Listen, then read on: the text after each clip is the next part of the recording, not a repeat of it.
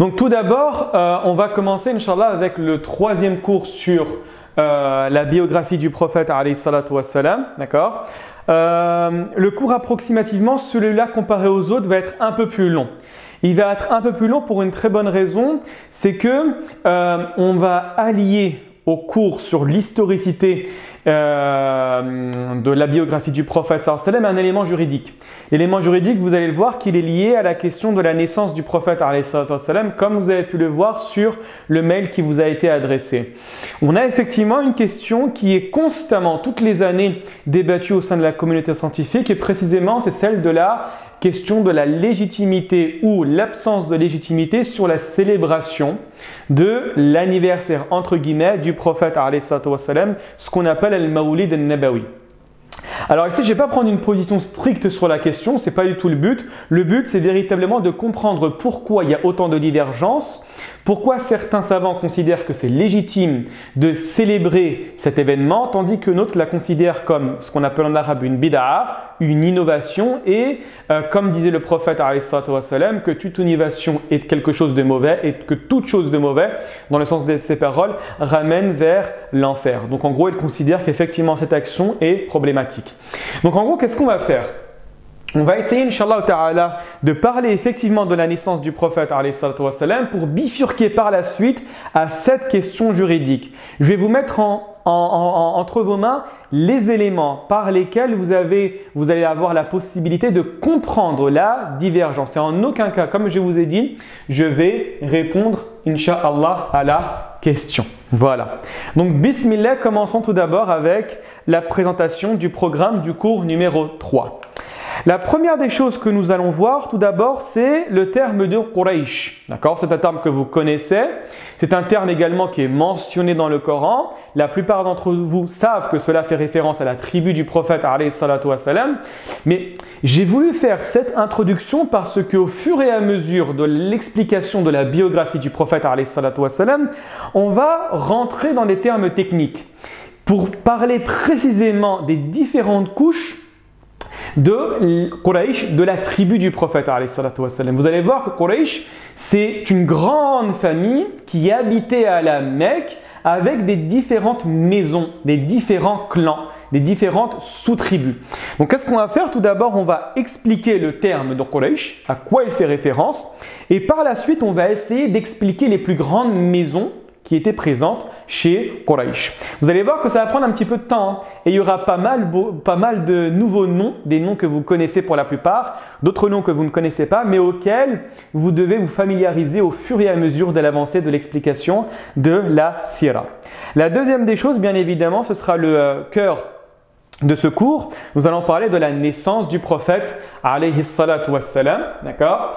Et donc nous allons mettre en avant le moment de sa naissance, qu'est-ce qui s'est passé, et également nous allons parler rapidement de ses parents, qui sont-ils et quand ils se sont mariés, et qu'est-ce qui s'est passé avant la naissance du prophète alayhi sallam, principalement en relation avec ses parents.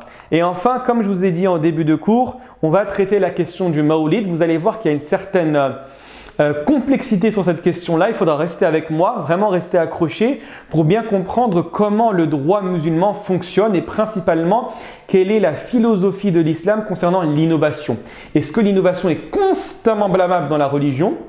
Ou bien, il y a des moments et dans certains cas de figure où l'innovation va être quelque chose de louable, quelque chose de bien. D'accord ? Très bien. Commençons tout d'abord avec le premier thème, à savoir Quraysh, signification et tribu. Alors pour ces personnes qui n'ont pas l'habitude, hein, je fais des allers-retours pour la simple raison que j'admets des personnes qui arriveraient en retard. Très bien. La première des choses à savoir, c'est la signification. Tout d'abord, de qui fait référence le terme de Quraysh et qui sont les descendants de cette grande famille-là, de cette tribu de la Mecque. Les savants divergent.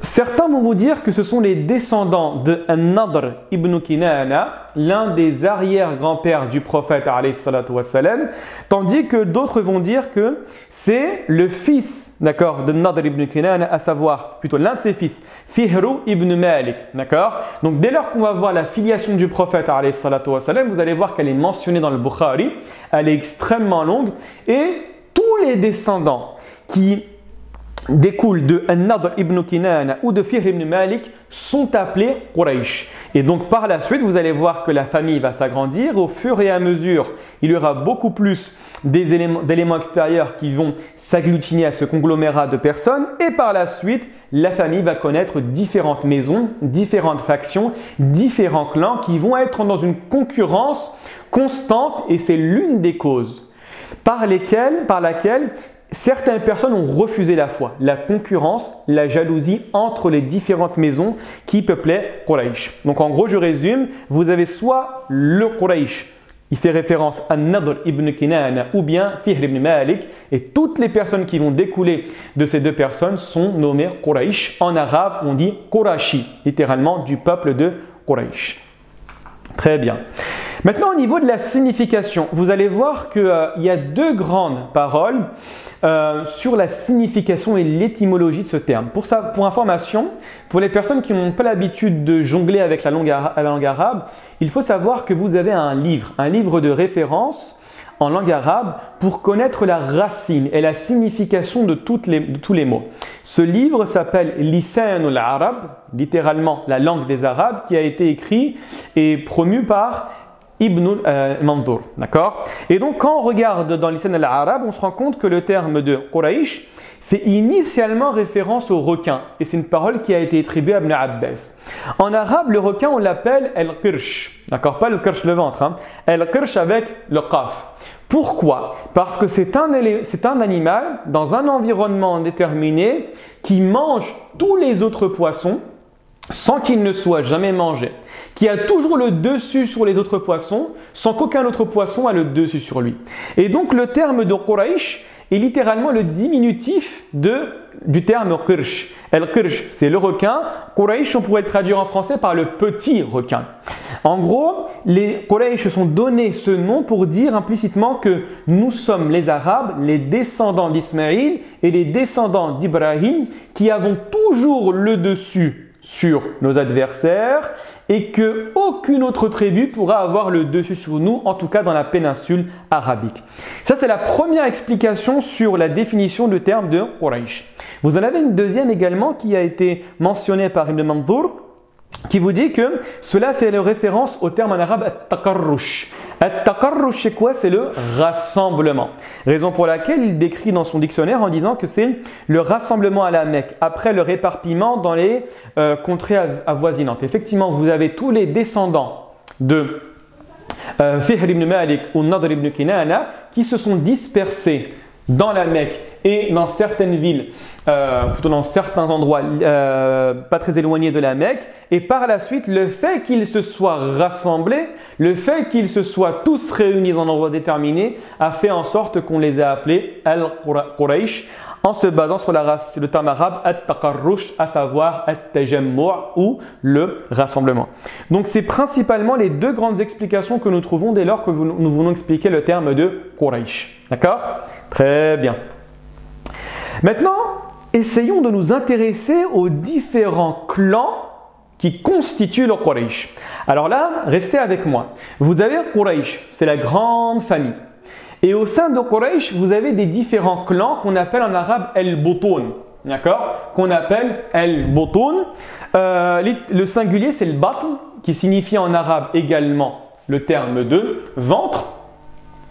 Mais quand on trouve le butun dans la littérature arabe, ça fait référence aux différents clans. Donc, on va toujours les appeler les fils de Banu Fulan, les Banu Jumah, Banu Umayya, Banu Hashim, etc.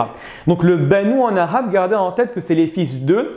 Et ensuite, on a le prénom, d'accord, qui est la référence de cette famille-là. Donc, les premiers, ce seront les Banu Adi. D'accord, les Banu Adi. Dans les Banu Adi, on va trouver deux personnes extrêmement connues de la civilisation musulmane, à savoir Omar ibn al-Khattab, que vous connaissez tous bien évidemment, le deuxième calife de l'islam, le beau-fils le gendre du prophète alayhi salatu wassalam, parce que ce dernier était marié avec sa fille, Hafsa. Et vous avez également son beau-frère. Ah, c'est un petit peu difficile des fois. Hein. Omar ibn al-Khattab et Saïd ibn Zayd. Saïd ibn Zayd était le mari de Fatima bint al-Khattab, à savoir la sœur de Omar ibn al-Khattab. Et si vous vous souvenez bien, la semaine dernière, nous avons parlé du père de Saïd, Zayd ibn Amr ibn Nufayl, d'accord, l'un des Hunafa, c'est-à-dire l'une des personnes qui avait refusé l'adoration des idoles avant l'avènement du prophète alayhi salatu wassalam.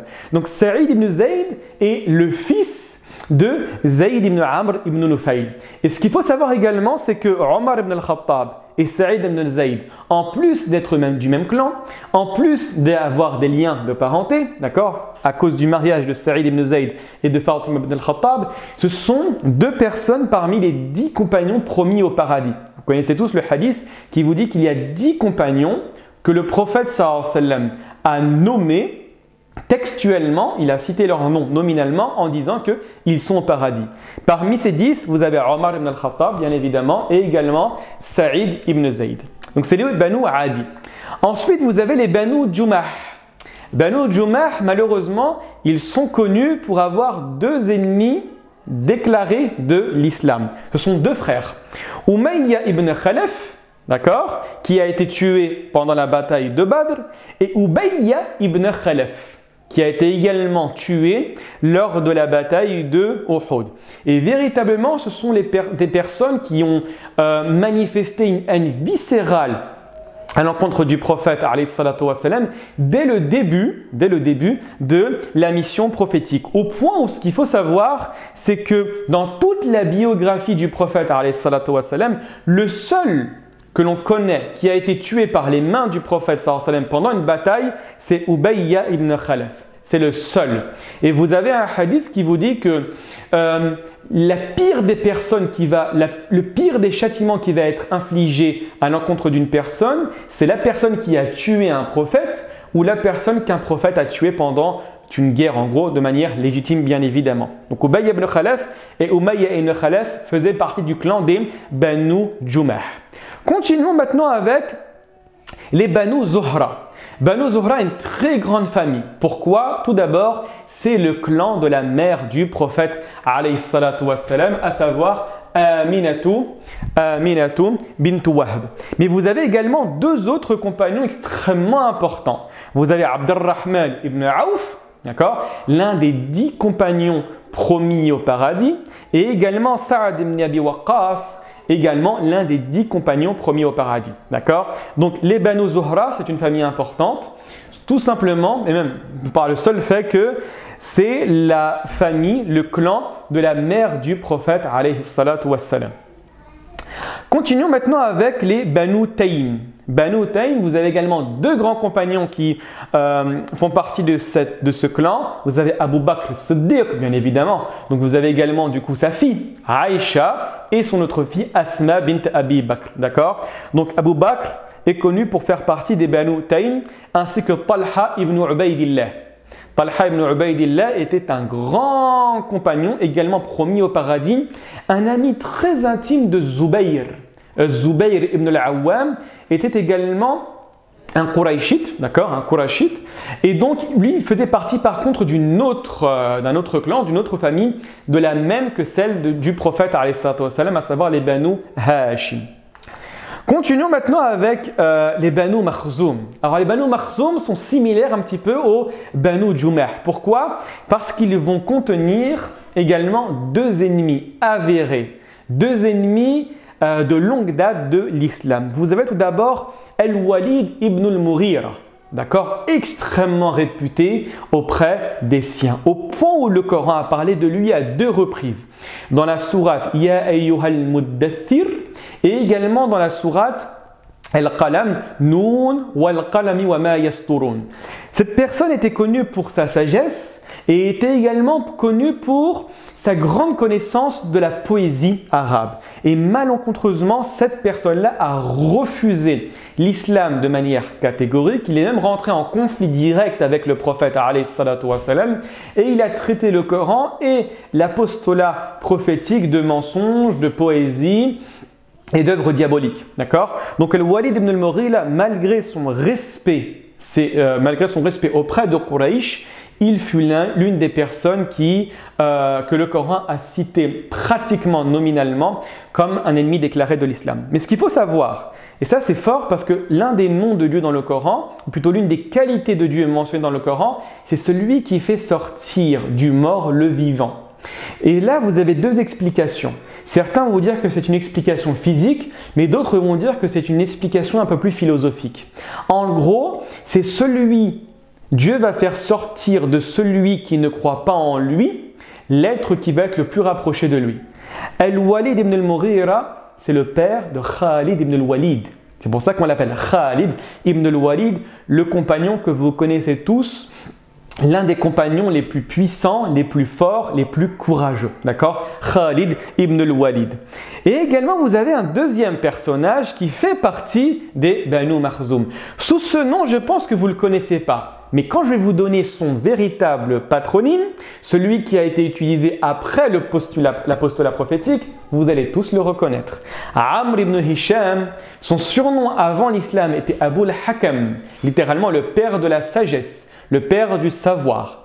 Et le prophète sallallahu alayhi wa sallam, dès lors qu'il a vu son comportement, dès lors qu'il a vu son hostilité à l'islam, il a changé son nom. Il l'a appelé Abu Jahl.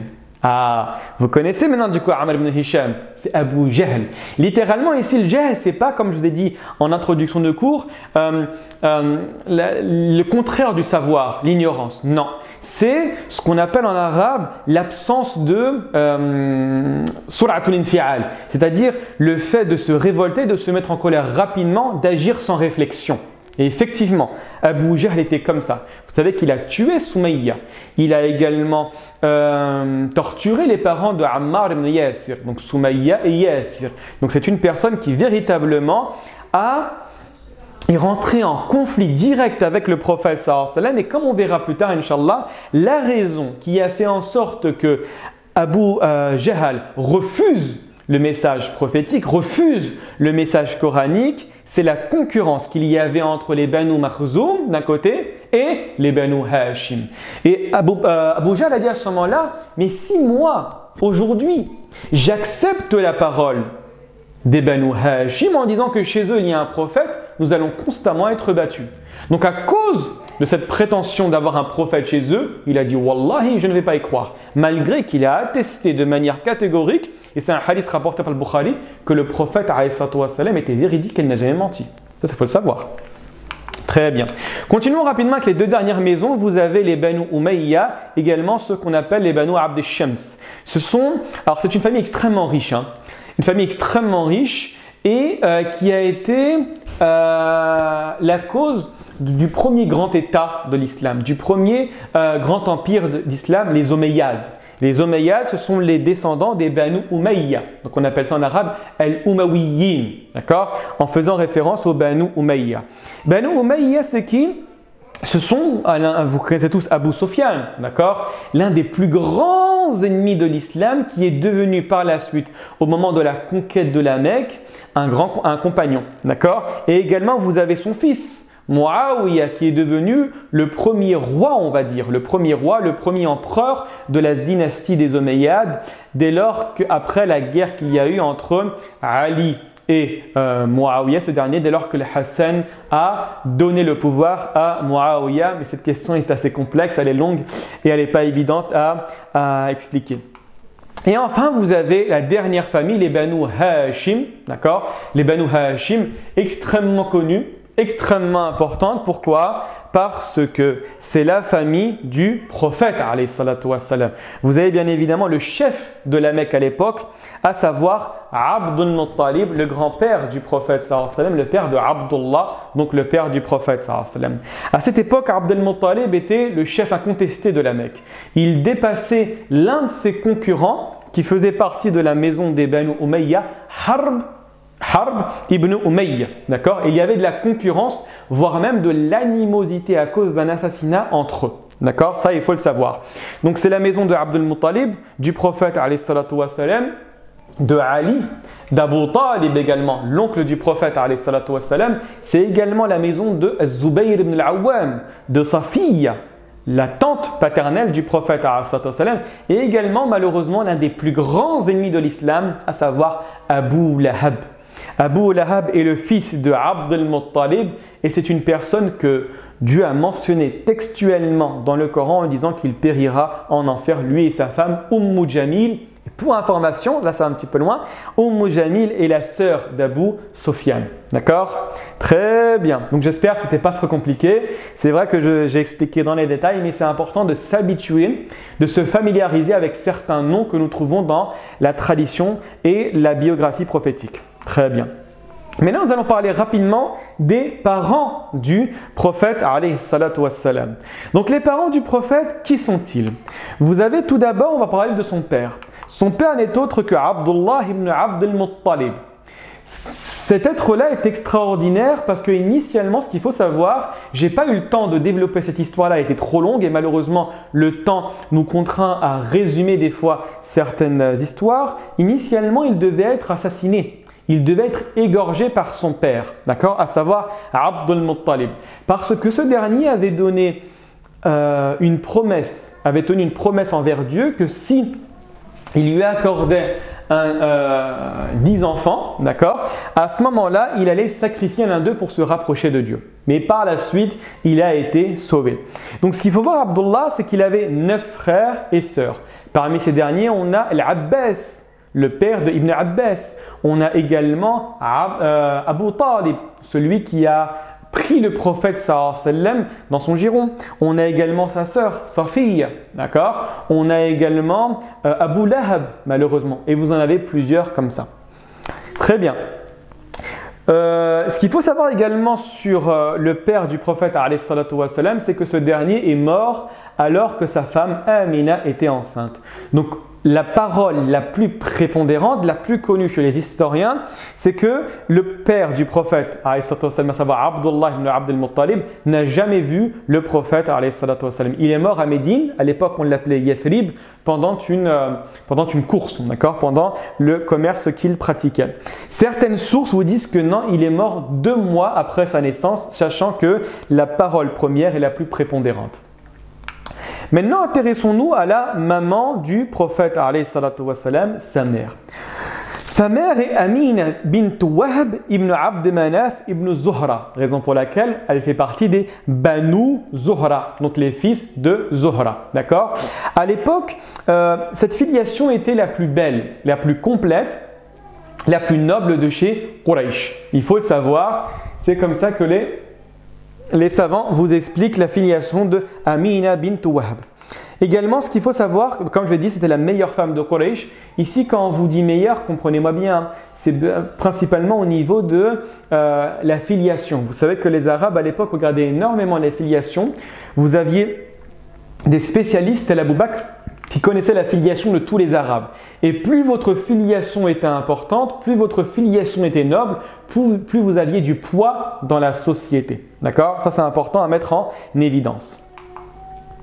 Maintenant, parlons rapidement de la naissance du prophète alayhi salatu wassalam. Alors, au niveau de la date, tout simplement, il faut savoir qu'il y a une divergence auprès des savants. La date le plus connue, c'est que ce dernier, alayhi salatu wassalam, est né le 12, un lundi, ça c'est sûr. Et les savants vont diverger sur la date du mois de sa naissance. On sait que c'est un 570 parce que les Arabes à l'époque ne comptaient pas les années, leur calendrier n'existait pas. Il a débuté avec un événement qui s'est passé au moment de l'époque du prophète alayhi salatu wassalam. Donc nous sommes basés sur le calendrier grégorien pour pouvoir déterminer l'année de naissance. Donc on sait que c'est en 570 de l'ère chrétienne, donc du calendrier grégorien. Et on sait, à la majorité des savants, que c'est le 12 du mois de Rabi'in al-Awwal de l'année 570. Également appelé dans la tradition prophétique par le terme de l'année de l'éléphant. Donc si un jour on vous pose la question quand est né le prophète alayhi salatu wassalam, dites qu'il est né l'année de l'éléphant. Et bien évidemment, par la suite nous allons essayer d'expliquer à quoi fait référence l'année de l'éléphant qui va également être mentionnée dans le Coran, dans la sourate al-fil. Alam tara kayfa fa'ala rabbuka bi ashabil fil. N'as-tu pas vu comment Dieu a agi, comment ton Seigneur, ton éducateur, ton maître a agi avec les gens de l'éléphant. D'accord? Vous avez également certains savants comme Suleyman al-Mansour al-Fouri qui vous dit que lui, après une analyse critique de l'histoire, on s'est rendu compte que c'était le 9, qu'il est né le 9, alors excusez-moi, que ce dernier, était né le 9 du mois de Rabi'in al-Awwal. Certains vont dire le 8, d'autres vont dire le 10, d'autres vont dire le 2. Mais ce qu'il faut garder en tête sur cette divergence, c'est des points sur lesquels nous sommes tous d'accord. À savoir qu'il est né l'année de l'éléphant. Tout le monde est sûr. Ce qui équivaut à 570 ou pour certains savants 571. La deuxième des choses qui est source d'unanimité, c'est le fait qu'il soit né un lundi. Énormément de hadiths vous disent que le prophète sallallahu alayhi wa sallam est né un lundi. Lundi, il a été fait prophète. Lundi, il est né. Et lundi, il a émigré à Médine. Également, ce qu'il faut savoir, c'est le mois. Tous sont unanimes sur le fait de dire qu'il est né pendant le mois de Rabi'in al-Awwal. Rabi'in al-Awwal. Et c'est seulement au niveau de la date que l'on diverge. Très bien. Alors maintenant, au niveau de l'incident de l'éléphant, c'est-à-dire ce qui va être lié à la date de la naissance du prophète alayhi salatu wassalam. Laissez-moi vous raconter l'histoire de manière générale, vous poser le cadre et par la suite comprendre la sourate numéro 105, si mes souvenirs sont bons, concernant la sourate Al-Fil, la sourate de l'éléphant. À l'époque, tous les Arabes vénérer la Kaaba. D'accord? Pourquoi? Parce qu'ils considéraient, et effectivement ils ont raison de le considérer, que c'est la maison de Dieu, celle bâtie par leurs ancêtres, à savoir Ibrahim et Ismaïl. D'accord? Et là le problème c'est quoi? C'est qu'il y avait au Yémen un roi. Ce roi s'appelait Abraha. Et ce roi avait adopté une nouvelle religion, celle du christianisme. Il a adopté le christianisme et par conséquent il était jaloux. Il était jaloux de voir les Arabes, l'ensemble des Arabes de la péninsule arabique, ceux de Médine, ceux du Yémen, ceux de Taïf, ceux de la Mecque, tous se diriger vers la mosquée sacrée pour pouvoir accomplir le Hajj. D'accord? Et là, Abraha a une idée. Il était extrêmement riche, avec une armée extrêmement puissante, et il s'est dit, je vais faire exactement la même chose. Au mieux que les gens se dirigent tous vers la mosquée sacrée de la Mecque, vers la Kaaba, je vais créer une énorme église, un énorme sanctuaire vers lequel l'ensemble des Arabes de la péninsule arabique vont se diriger. Ils vont délaisser la Kaaba et ils vont venir vers moi. Donc il construit une énorme église qu'il a appelée le Qullays. Le nom de l'église est Qullays. Et à ce moment-là, les Arabes, principalement les Kan'aniyoun, c'est-à-dire les descendants directs d'Ismaël, ont entendu ce qui s'était passé. D'accord? Les Kan'aniyoun ou les Adnaniyoun. À ce moment-là, l'un d'entre eux s'est énervé. Il est parti de nuit rejoindre l'église Qullays et là, il y est resté un certain moment. Dès qu'il a vu qu'il n'y avait personne, qu'absolument personne ne le surveillait, il est rentré de nuit et il a fait ses besoins à l'intérieur. En ayant terminé de faire ses besoins, il est rentré à la Mecque. Le lendemain, extrêmement grosse crise au sein de l'église. Qui a pu venir et faire ça? On s'est rendu compte que c'était un arabe de la Mecque qui est venu jusqu'à cette église pour pouvoir déféquer à cet endroit-là. Abraha a vu rouge. Abraha est devenu extrêmement énervé et il a décidé de se rendre directement à la Mecque pour pouvoir détruire cette maison à cause de l'humiliation qu'on lui avait fait subir dans l'église de Qullays. Il se rend et il décide, avec un accès d'orgueil de prendre avec lui un éléphant qui certaines sources vous disent qui a été offert par An-Najashi, à savoir l'empereur d'Abyssinie. Cet éléphant s'appelait Mahmoud. Donc il se dirige vers la Mecque accompagné de son armée, avec orgueil, avec vantardise, avec condescendance envers du peuple arabe, en leur disant que, mais écoutez, nous ne sommes pas là pour vous faire la guerre, laissez-nous le chemin, nous sommes seulement là pour détruire votre maison. C'est un petit peu qu'est-ce qui se passe en ce moment. On ne veut pas vous faire de mal, on est seulement là pour faire ceci, ceci, ceci, et par contre, on n'est pas intéressé par vous. En gros, vous êtes secondaire, nous souhaitons renouveler, moderniser, adapter certains aspects de votre religion, vous taisez-vous. C'est très similaire, la langue de l'orgueil et de la condescendance ne change jamais. Et donc là, pendant leur chemin, après avoir croisé certains Arabes qui leur demandaient à Abraha et son armée, qu'est-ce que vous voulez faire? Abraha s'est accaparé d'un troupeau. Un troupeau de chameaux qui appartenait au chef de la Mecque, à savoir Abd al-Muttalib. 200 chameaux qu'il avait pris, qu'il a gardés et qu'il avait volés tout simplement. À ce moment-là, Abd al-Muttalib décide d'aller à sa rencontre, alors qu'il n'était pas encore arrivé à la Mecque. Il va à son encontre et là, Abraha, dès lors qu'il a vu Abd al-Muttalib, l'a respecté. Il a vu une personne importante, une personne de grande taille, qui avait une certaine imposition dans sa manière de parler, une certaine carrure, un certain leadership. Et là, il lui a marqué du respect, au point où il lui a mis son manteau par terre et il lui a demandé de s'asseoir.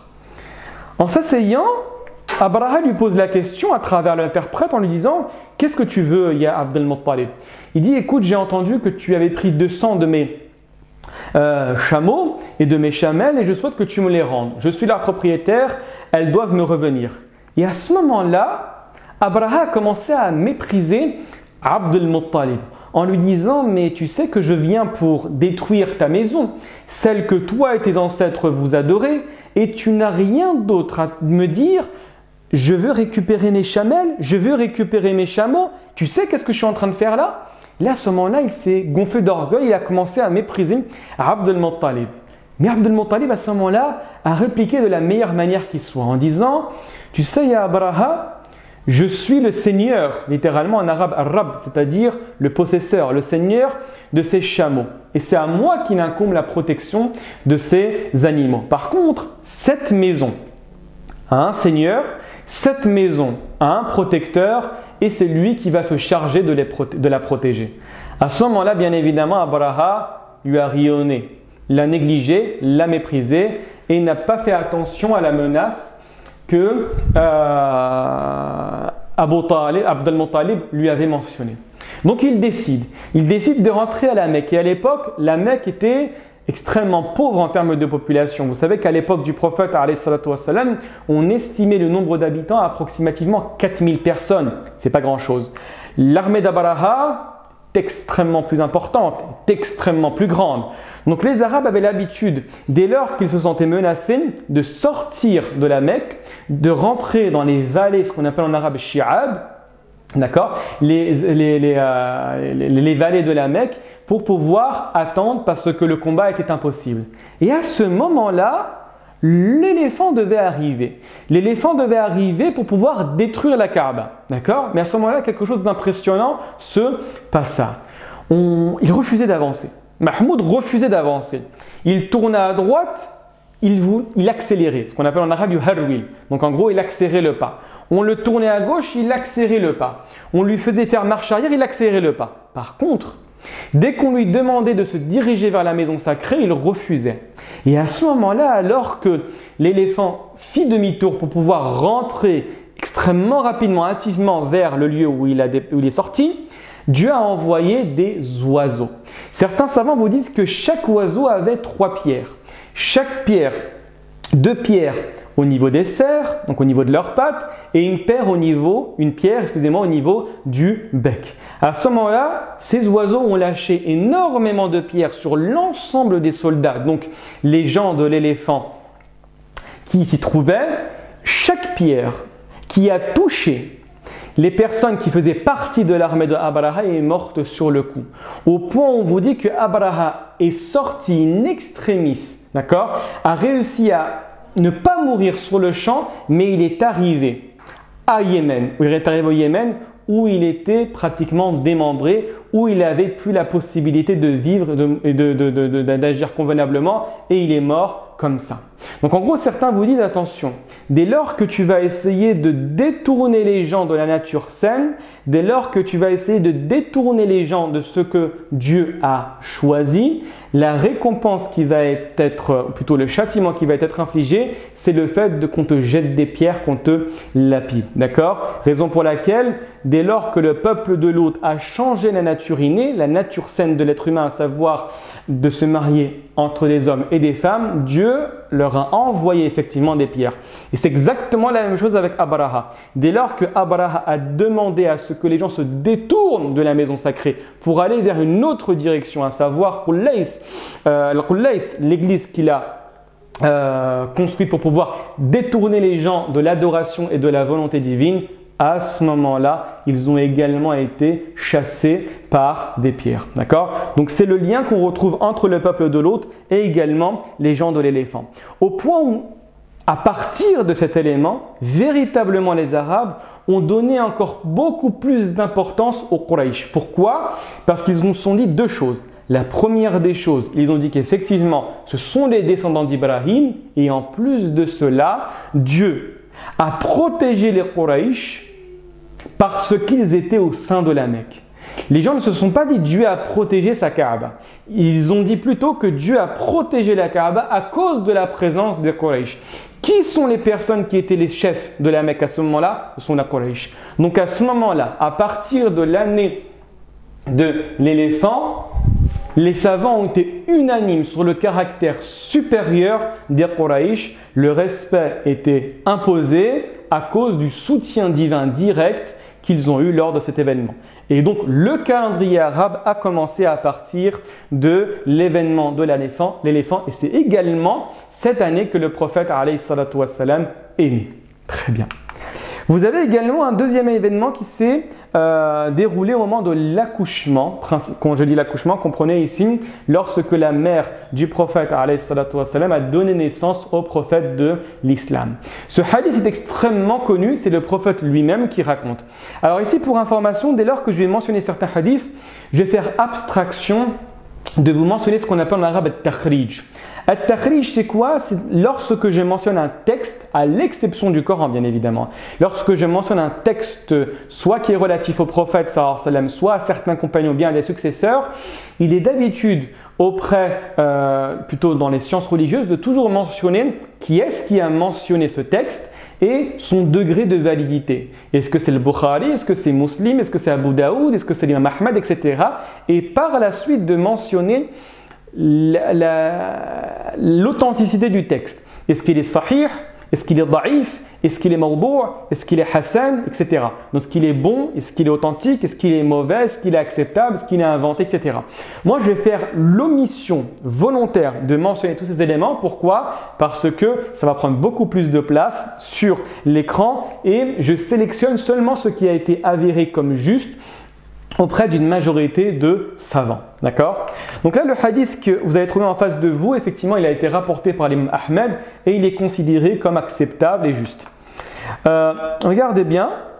Alors, la première des choses à savoir, avant de mentionner le hadith, et c'est important, c'est que la sage-femme, d'accord, celle qui s'est occupée de la naissance du prophète, alayhi salatu wassalam, est la mère de Abdurrahman ibn Auf. Abdurrahman ibn Auf, rappelez-vous, c'est un compagnon qui est promis au paradis de la bouche du prophète alayhi salatu wassalam, et sa mère s'appelle Ash-Shifa. Donc Ash-Shifa était présente au moment de l'accouchement du prophète alayhi salatu wassalam, et elle a cru en ce dernier par la suite. Et donc là le hadith évoque la question de la lumière. La lumière que la mère du prophète alayhi salatu wassalam a vue au moment de l'accouchement de ce dernier et qui a été un signe avant-coureur d'un élément fondamental qui va toucher le prophète de l'islam alayhi salatu wassalam. Donc ce hadith est le suivant. Un jour les compagnons se sont dirigés vers le prophète alayhi salatu wassalam et l'ont dit: Ya Rasulallah, hadithna an nafsik, parle-nous de toi. Et là il dit: je suis le fruit de l'invocation de mon père Ibrahim. Effectivement, quand on prend la sourate numéro 2, sourate al-Baqarah, on se rend compte que au moment où Ibrahim et Ismaïl construisaient la Kaaba, d'accord, Ibrahim a fait une invocation. Et vous savez que chaque prophète a une invocation qui ne va jamais être refusée par le divin. Et certains savants vous disent que l'invocation qui ne va pas être refusée par le divin, pour Ibrahim, c'est le fait de faire sortir, de faire surgir un prophète de cette communauté qui va les éduquer, qui va les élever spirituellement et qui va leur renseigner le livre et la sagesse. Et c'est exactement ce qu'a dit Ibrahim. Rabbana wa ba'ath fihim rasulan minhum yatlu alayhim ayatihi wa zakkihim. Oh Dieu, fais surgir de ces personnes-là, c'est-à-dire des descendants d'Ismaïl, un prophète, un messager qui va leur enseigner, etc. Et également, le prophète alayhi salatu wa salam dit par la suite « Et je suis l'annonce de Jésus, fils de Marie ». Exactement ce qu'il faut savoir, cela est mentionné dans la sourate numéro 61, sourate As-Saf, où le prophète Jésus vous dit, il parle ici à ses apôtres en disant que je suis l'annonciateur d'un prophète qui va venir après moi et qui s'appelle Ahmed, alors que le prophète sallallahu alayhi wa sallam s'appelle Mohammed. Et certains vont dire, tenez, il y a une petite différence entre les deux, il y a une divergence entre les deux. En fait, non. Ce qu'il faut savoir, c'est que tout d'abord, c'est la même racine. C'est la racine Hamada, d'accord? Ahmed, c'est celui qui loue le plus, c'est le superlatif. Tandis que Mohammed, c'est celui qui est loué constamment, qu'il soit sur la terre et dans les cieux, d'accord?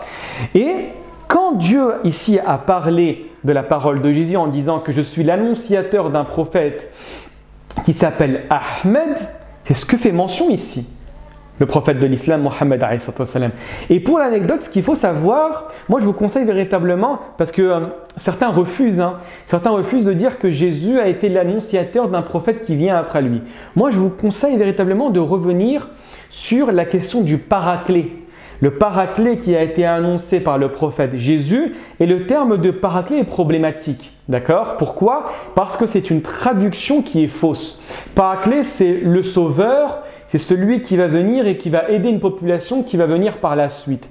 Mais quand on revient à l'araméen, on revient à la langue parlée par Jésus, on se rend compte qu'effectivement que le texte qui a été prononcé par Jésus pour parler du paraclet, de celui qui va venir par la suite et terminer sa mission, terminer la prophétie, concorde exactement avec le superlatif de la louange, à savoir le terme de Ahmed. D'accord?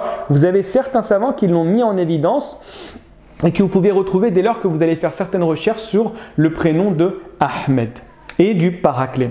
Et enfin, le prophète alayhi salam parle et il dit « Et ma mère a vu, alors qu'elle me portait dans son ventre, qu'une lumière sortait d'elle et illuminait les châteaux du Shem. » Et comme je l'ai dit la dernière fois, ici le Shem fait référence à quoi? À la grande Syrie, donc la Syrie, la Palestine, la Jordanie, etc. Ce qu'il faut savoir. Donc effectivement, c'est quelque chose, c'est un miracle qui est arrivé à la mère du prophète alayhi salam lorsqu'elle le portait et lors de son accouchement. Très bien. Maintenant, on va rentrer dans la question la plus délicate. D'accord? C'est la question du Mawlid. Comment comprendre cette question-là? Comment essayer d'expliquer la divergence auprès des savants? Je vais essayer d'être le plus clair possible. Je vais essayer de ne pas rentrer dans une certaine complexité qui ferait en sorte que ce soit trop difficile à saisir. Mais toutes les introductions que je vais faire, elles sont fondamentales, mais vraiment fondamentales pour pouvoir comprendre la question de l'innovation dans l'islam. Sinon, on va continuer à répéter les erreurs des anciens en disant que toute chose nouvelle dans la religion est innovation, toute innovation est blâmable et toute innovation est forcément à rejeter. Vous allez voir que les anciens n'ont jamais dit ça. En commençant par Omar ibn al-Khattab jusqu'à nos savants contemporains. Donc il faut bien prendre le temps de comprendre et saisir quelle est la distinction entre ce qui est bon et ce qui est mauvais. Et la question à se poser, est-ce que l'innovation rentre dans tous les domaines du droit religieux ou bien il y a certains domaines qui sont exemptés de la question de l'innovation blâmable? Commençons tout d'abord par mentionner la règle de l'innovation. La règle est la suivante. On dit en arabe « al-aslu fil ibadat al-ibtida' wa fil mu'amalat » al-aslu fil ibadat al-ibtida' wa fil mu'amalat al-ibtida'. Qu'est-ce que cette phrase, qu'est-ce que cette règle veut dire? Le principe dans le culte, donc j'ai mis en rouge, et le suivisme, et dans les affaires sociales, l'innovation. Effectivement, ça c'est une règle sur laquelle la quasi-majorité des savants de l'islam, à travers les époques, à travers les différentes obédiences, à travers les différentes familles de l'islam, vont s'accorder. Principalement cette règle, à savoir que tout ce qui est relatif au culte, et par la suite je vais essayer de définir la question du culte. Comment définir qu'une action rentre dans le culte et elle ne rentre pas dans les affaires sociales? Initialement, dans le domaine du culte, tu es dans l'obligation de suivre ce qui a été révélé. Donc en gros, en d'autres termes, pour être beaucoup plus explicite, tu ne dois faire seulement ce qui a été mentionné et tu n'as pas le droit d'innover. Ça, c'est dans le domaine du culte. Par contre, dans le domaine des mu'amalat, des affaires sociales, des relations interpersonnelles, c'est totalement l'inverse. On ne te demande pas de suivre, on te demande d'innover, mais d'innover dans un cadre. D'accord? Ça, c'est fondamental à saisir. Raison pour laquelle je vais résumer les propos. En conséquence, suivre le texte dans le culte, sinon innovation ou bid'a. Si dans le domaine du culte, de l'adoration, d'accord, de la relation que tu as avec le transcendant, tu fais quelque chose de nouveau qui n'a pas été mentionné clairement, tu rentres dans le domaine de la bid'a, dans le domaine de l'innovation. Pourquoi? Parce que tu vas agir sur des liens qui sont entre toi et Dieu de manière totalement nouvelle. C'est comme si indirectement tu dis à celui qui a transmis le message, à savoir le prophète de l'islam, « Ya Rasulallah, tu as oublié de transmettre certains éléments. Et donc, il faut que je vienne, moi, 1000 ans après, 1400 ans après, rectifier le tir. » Raison pour laquelle l'imam Malik te disait que celui qui innove dans la religion, c'est exactement comme l'être qui va accuser le prophète sallallahu alayhi wa sallam de trahison. Pourquoi? En disant que Ya Rasulallah, tu n'as pas transmis l'ensemble de la religion. C'est pour cette raison que les savants de l'islam sont très scrupuleux avec la question de l'innovation dans le culte. Ça, comprenez-moi bien, dans le culte. Par contre, dans les affaires sociales, on est dans l'obligation, ce qui est demandé, c'est l'innovation, toujours apporter de nouveaux éléments, par contre en respectant le cadre. Par exemple, pour être extrêmement clair, le culte, vous avez la prière. Tu ne dois prier seulement à travers la manière que nous avons dans les textes. Tu n'as pas le droit de prier d'une nouvelle manière. Pourquoi? Parce que ça relève du culte. Par contre, dans les affaires sociales, nous avons la question des contrats commerciaux. Un exemple que je vous donne. Le commerce rentre dans les affaires sociales. D'accord? Et donc à ce moment-là, tu as le droit d'agir comme bon te semble dans le commerce, à la condition de respecter un cadre qui a été proposé, même qui a été imposé par le législateur. Donc, tu as le droit de vendre comme tu désires, tu as le droit d'acheter comme tu désires, tu as le droit de créer de nouveaux contrats commerciaux, par contre dans un cadre. Ça va par rapport à ça? Et vous allez voir que maintenant, on va essayer de faire la distinction. Comment les savants ont fait la distinction entre ce qui relève du culte et ce qui relève des affaires sociales? Regardez bien. Donc, différencier le culte et les affaires sociales.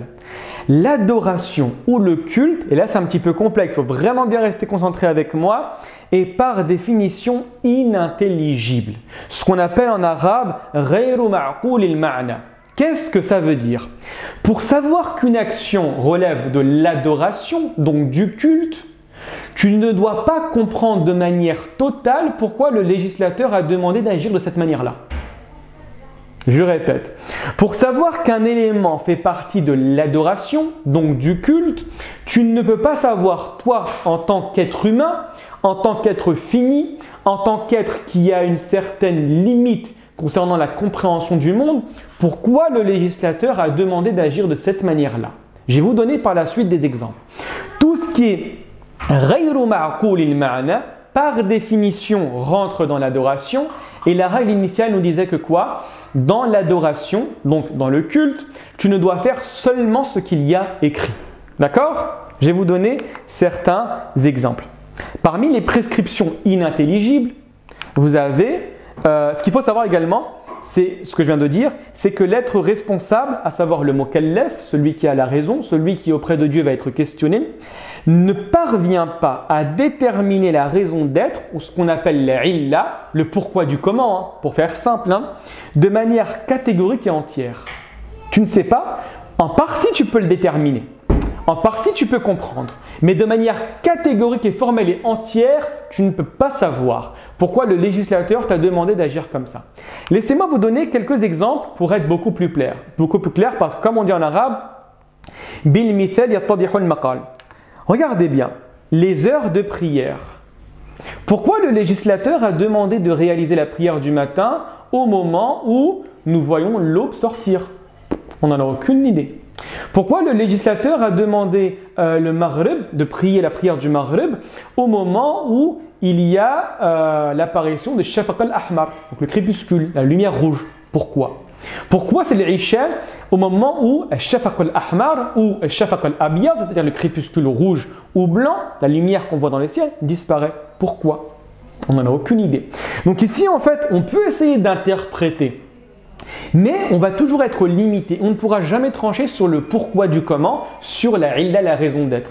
Donc on sait que les heures de prière rentrent dans le culte et qu'aucun musulman, jusqu'à l'avènement du jour de la résurrection, a le droit d'innover en termes d'heures de prière. Il est dans l'obligation de suivre ce que le législateur a dit. Point barre. Également, vous avez le temps de jeûne. Pourquoi le législateur a demandé à jeûner le mois de Ramadan et non pas le mois de Sha'ban? On n'en a aucune idée. Pourquoi il a demandé de jeûner à partir du subh jusqu'au maghrib? Pourquoi pas du subh jusqu'à l'asr? Pourquoi pas du dhuhr jusqu'à l'isha? On n'en a aucune idée. Donc du coup, puisque je ne sais pas de manière catégorique et formelle et entière pourquoi le législateur a demandé d'agir de cette manière-là, on fait en sorte de rentrer le temps du jeûne dans les prescriptions inintelligibles, dans ce qu'on appelle ghayru ma'qoul al-ma'na, donc c'est relatif à l'adoration et donc interdiction totale d'innover. Par contre, pour les affaires sociales, vous allez voir que c'est totalement l'inverse. Les affaires sociales, par essence, sont intelligibles. C'est-à-dire qu'on sait pourquoi le législateur les a imposées, pourquoi le législateur les a demandées. Regardez bien. Vous avez la question de la vente et du commerce.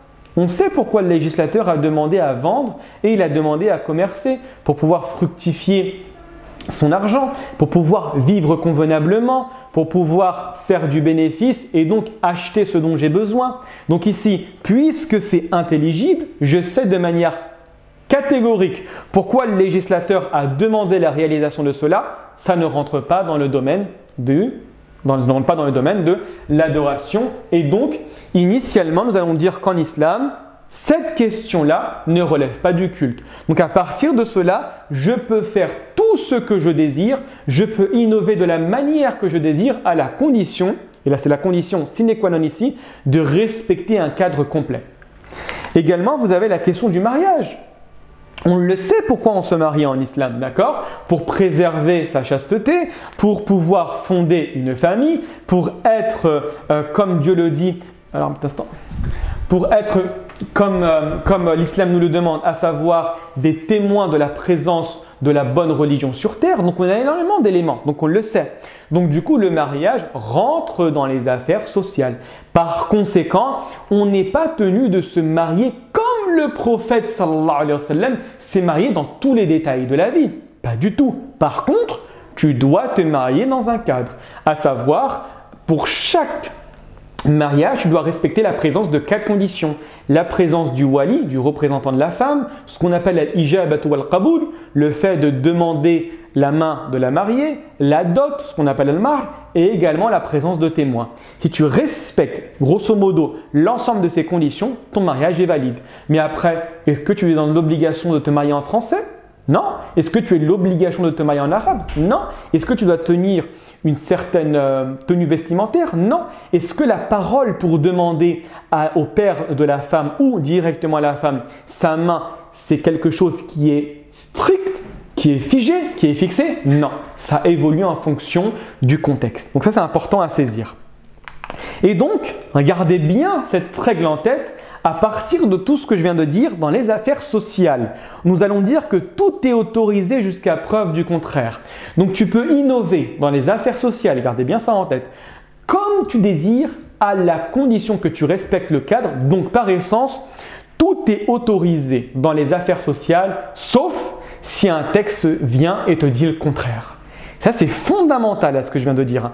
Pour pouvoir faire la distinction entre le culte inintelligible, ghayru ma'qoul al-ma'na, que tu ne peux pas comprendre, tu es dans l'obligation de suivre, tu dois faire ce qui est mentionné dans le texte. Et d'un autre côté, ce qui relève des affaires sociales, où tu peux innover, à la condition de respecter le cadre. Ça va par rapport à ça? Donc ça, c'est la distinction entre les deux.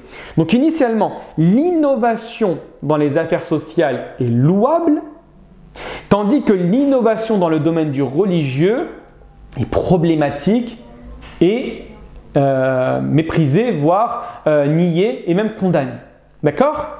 Donc regardez maintenant la divergence face au Mawlid après cette grande introduction. Regardez bien, sur la question de l'innovation, et donc là je parle bien de l'innovation dans le domaine du culte et non pas dans le domaine des affaires sociales où je vous ai dit qu'il n'y a absolument aucun problème sur le fait d'innover. Raison pour laquelle on a des voitures, on a des bateaux, on a des avions, etc. La tenue vestimentaire, également les aliments, on innove constamment tous les jours. D'accord? Il n'y a pas de problème par rapport à ça. Et par contre, dans le domaine de l'innovation, dans le culte, il existe deux grandes écoles que vous devez saisir dès aujourd'hui. La première école est celle de l'imam Shafi'i, que vous connaissez tous. Le troisième des quatre imams, le fondateur de son école, à savoir l'école shafi'ite, également le fondateur de l'une des sciences les plus importantes de l'islam, à savoir Usul al-Fiqh, à travers son livre Al-Risala. L'imam Shafi'i, quelqu'un d'extraordinaire, élève de l'imam Malik, qui a rencontré également les deux plus grands élèves d'Abu Hanifa, à savoir Mohammed ibn al-Hassan al-Shaybani et Abu Yusuf, et qui a également été le professeur de Ahmad ibn Hanbal. Ahmad ibn Hanbal, le quatrième des quatre imams, l'aimait énormément, au point il vous dit que pendant 40 ans, dans toutes mes prosternations, je demandais à Dieu la protection, le pardon et le paradis pour l'imam Shafi'i. Quelqu'un d'extraordinaire, l'imam Shafi'i, qui est mort seulement à 54 ans, pour information. D'accord? Également, ce qu'il faut savoir, grand linguiste, poète, grand juriste et fondateur d'une nouvelle science, la principologie ou les fondements du droit musulman. Donc lui, il va avoir une vision concernant l'innovation. Une vision tolérante, une vision extrêmement ouverte. Au contraire, à l'inverse, vous allez trouver l'imam Shatibi.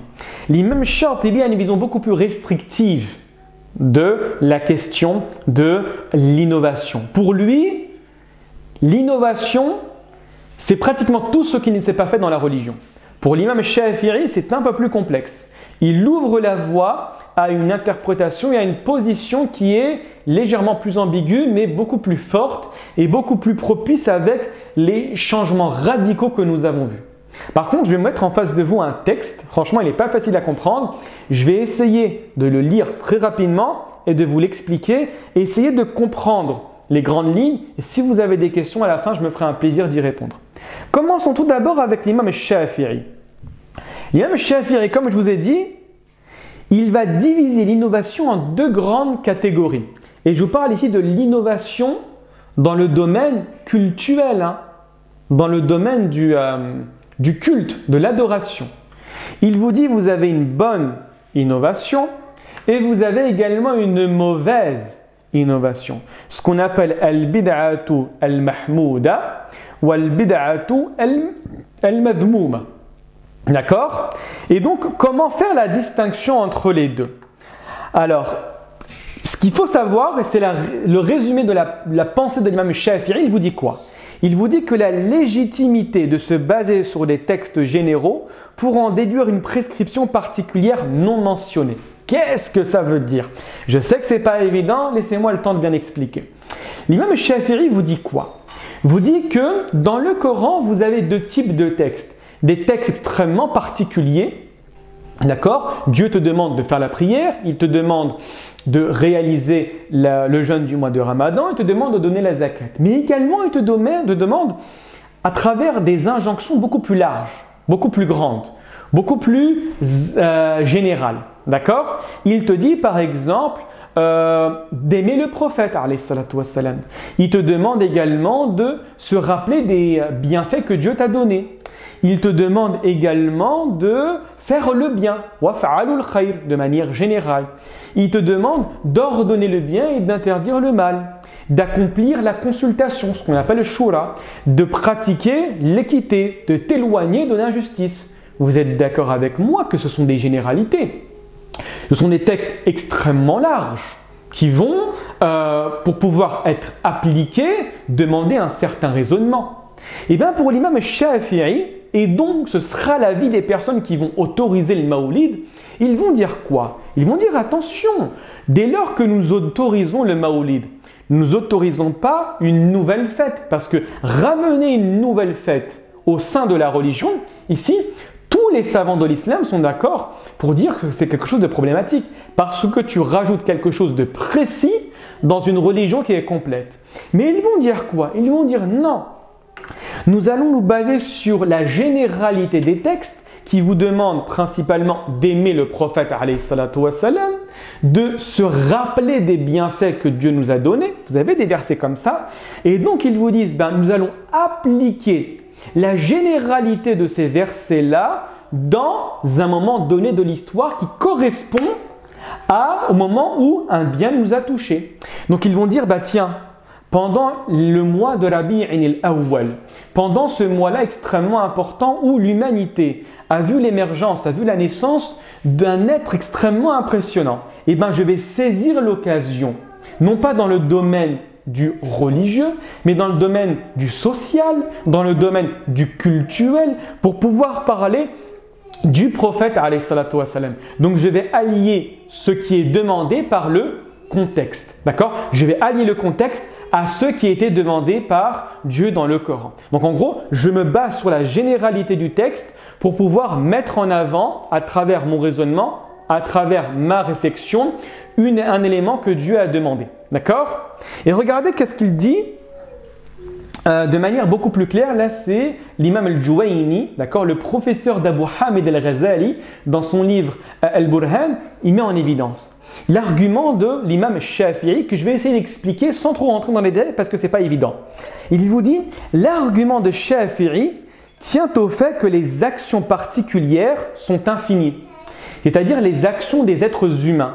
Ici, comprenez les actions des êtres humains, toutes les nouvelles actions que l'être humain va faire. Monter en voiture, prendre le métro, acheter un ticket de métro, lire un livre, regarder la télévision, aller sur Facebook, aller sur Twitter. Toutes les actions des êtres humains, elles sont infinies. Il y a des milliards et des milliards et des milliards d'actions que nous pouvons mentionner. Celles-là sont infinies. Donc les actions particulières sont infinies, tout comme leur statut juridique. Est-ce que c'est halal? Est-ce que c'est haram? Est-ce que c'est obligatoire? Est-ce que c'est détestable? Est-ce que c'est interdit? Pour chaque action particulière, tu vas avoir une prescription juridique. Donc en gros, c'est infini. C'est extrêmement important. Ça ne s'arrêtera pas. Et qu'est-ce qu'il dit par la suite? À l'inverse, les textes et fondements particuliers sont limités. C'est-à-dire que les textes que nous retrouvons dans la tradition prophétique, les textes mentionnés dans le Coran, eux, ce sont un nombre de textes qui sont limités. Vous avez plus de 6000 versets coraniques et vous avez approximativement, parmi les hadiths sahih, approximativement en tout, quand tu résumes tout, 4000 hadiths sahih. Donc au niveau du quota, on est limité face à des situations qui sont illimitées. Et qu'est-ce qu'il dit par la suite? Il vous dit que le limité ne convient pas à l'infini, bien évidemment. Comment ce nombre de textes restreints peut donner son avis sur des éléments qui sont infinis? Il dit qu'il y a un problème ici. Et effectivement, il a mis le doigt où ça fait mal. Effectivement. Et donc par la suite, il dit, il est donc essentiel de déterminer un autre moyen pour affirmer les actions particulières.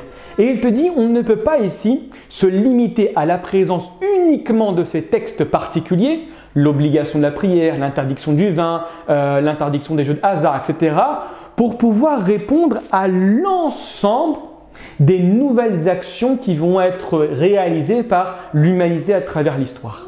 D'accord? Et par la suite, il dit quoi? Ce moyen n'est autre que de prendre assise sur le bien général issu des textes et objectifs de la législation musulmane, et ce même en l'absence de textes particuliers. Ah, là il a donné son avis. Là c'est fort ce qu'il dit. Il vous dit en fait, pour pouvoir répondre à des cas particuliers, on va arrêter de prendre des cas particuliers. On va prendre une règle générale, déterminée dans le Coran, déterminée dans la tradition prophétique, par laquelle nous allons juger tous les éléments particuliers qui vont arriver dans la vie de tous les jours. Par exemple, au nom du respect des engagements, je vais dire que par exemple, il est obligatoire de payer ses factures de téléphone. Il est obligatoire de payer son abonnement. Il est obligatoire de rendre les dépôts. Il est obligatoire de rester bien avec les gens, etc. Au nom du principe général, par exemple, de l'interdiction de l'injustice, je n'ai pas le droit de passer certains contrats commerciaux, etc., etc. Donc en gros, il vous dit quoi implicitement? Que c'est à la lumière des textes généraux, ce qu'on appelle en arabe al-kulliyat, que tu pourras répondre à l'ensemble des cas particuliers. Et donc pour lui, qu'est-ce que ça veut dire? Il vous dit qu'il y a une certaine légitimité à faire ce qu'on appelle le Mawlid al-Nabawi, tant que tu ne le considères pas comme une fête religieuse, mais c'est un événement par lequel tu vas répondre à une généralité du Coran, à savoir remercier Dieu d'un bienfait qu'il t'a donné. C'est cet élément-là, pour information, que les savants qui autorisent la célébration de l'événement du Mawlid al-Nabawi, non pas comme une fête religieuse, mais comme un événement culturel par lequel nous allons appliquer un texte général du Coran, ils se basent. Il se base sur ça. Par contre, pour être tout à fait honnête, vous avez la deuxième posture. La posture de l'imam Shatibi qui a une vision beaucoup plus restrictive. Lui, sa définition de la bid'a est totalement différente de celle de l'imam Shafi'i. Donc Shatibi, qu'est-ce qu'il vous dit? Il vous dit qu'il a une division de l'innovation qui est différente. Vous avez deux types d'innovation. C'est tout d'abord une innovation véridique qu'on appelle al-bid'atul haqiqiyya, et la deuxième, al-bid'atu al-idafiyya, ou la division, l'innovation annexe. Il faut se baser en fait sur la définition que donne l'imam Shatibi pour pouvoir comprendre sa manière de penser. Lui, il vous dit, l'imam Shatibi, tariqatun fi ad-din mukhtara'a tudaha biha at-tariqatu shar'iyya. C'est-à-dire que c'est une méthode, une technique inventée dans le domaine du religieux par laquelle nous allons essayer d'agir de manière similaire à celle de la législation. En gros, il vous dit quoi? Il vous dit que tant que tu vas faire une action qui va ressembler à une action religieuse, mais tu vas changer le temps, la manière de réagir, la manière, le temps ou le comment de cette action-là, tu rentres dans la bid'a. Tu rentres dans la bid'a pour lui.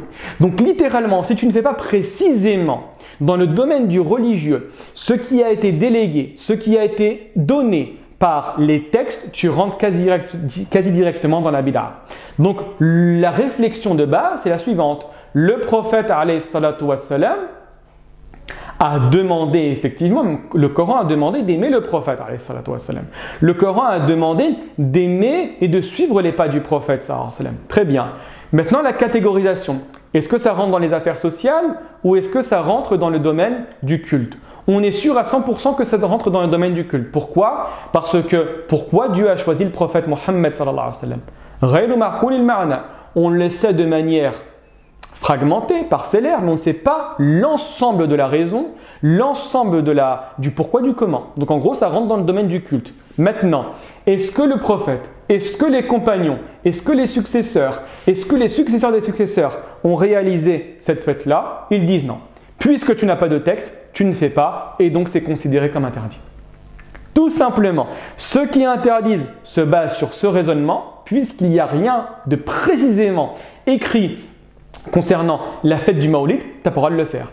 L'imam Shafi'i a une autre vision.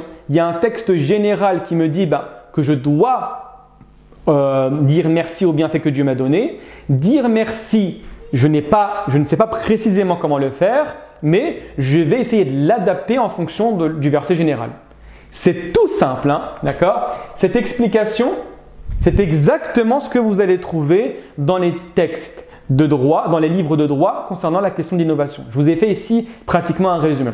Donc vous voyez que dès lors, wallah alam, je pense qu'on explique la chose de cette manière-là, et ben on essaie de trouver des excuses à ceux qui te disent qu'il y a une légitimité à faire ce qu'on appelle le Mawlid al-Nabawi. Faites attention, je n'ai pas dit comme une fête qui est similaire à la fête de l'Eid, l'Eid al-Adha ou l'Eid al-Fitra. Ce n'est pas du tout la même chose. C'est vraiment un élément culturel et social. Il n'y a absolument aucun problème pour une partie des savants, et pour une autre partie des savants, ils vont la refuser, ceux qui vont se considérer de l'école de l'imam Shatibi. Ben voilà, nous sommes arrivés à la fin du cours. Barakallahu fikum pour votre présence, pour votre écoute. Et si vous avez des questions, n'hésitez surtout pas. Activez le micro.